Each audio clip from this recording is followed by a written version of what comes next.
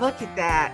Well, one other thing, I want to go to the moment where your Okay. Yes. dream started to, like you got the call or you're standing there and they're Oh, saying you got the yes, yes, part. yes. That's Okay. what I want to hear Okay. because I want to live It's that with it's you.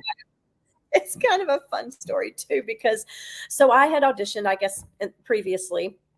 And I was doing a young artist program with an opera company, Portland Opera, in Portland, Oregon. So I was way on the other side of the country.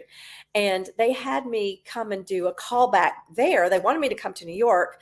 They said, "Oh, don't worry, we're going to be in San Francisco. So why don't you just come down there?" And I was able, thankfully, the opera company let me out of a preview performance. I didn't have a big role in that particular opera. It was Don Carlo, and I had what is called a pants role. I was a page boy character. And they said, "We can cut that from that particular preview performance."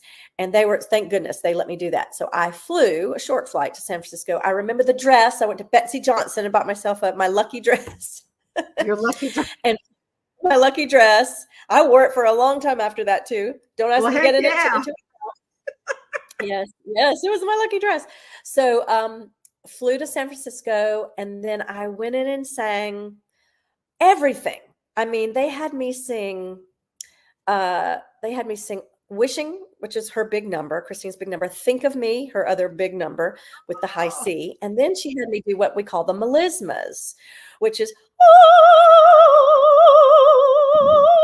and then you have high C, high C, high C, E. girl. E. And so I did that. And then I had to do this. There are only a few spoken lines that Christine has. It's really a sung through piece. Phantom of the Opera is not an opera, but there are some operatic, ideas, I guess, and motifs. But so they had me do that. And then I also sang 2 pieces of my own that I'd brought with me that were not from Phantom. So I was in the audition for at least a half an hour. And Oh, the music director started coaching me right then and there.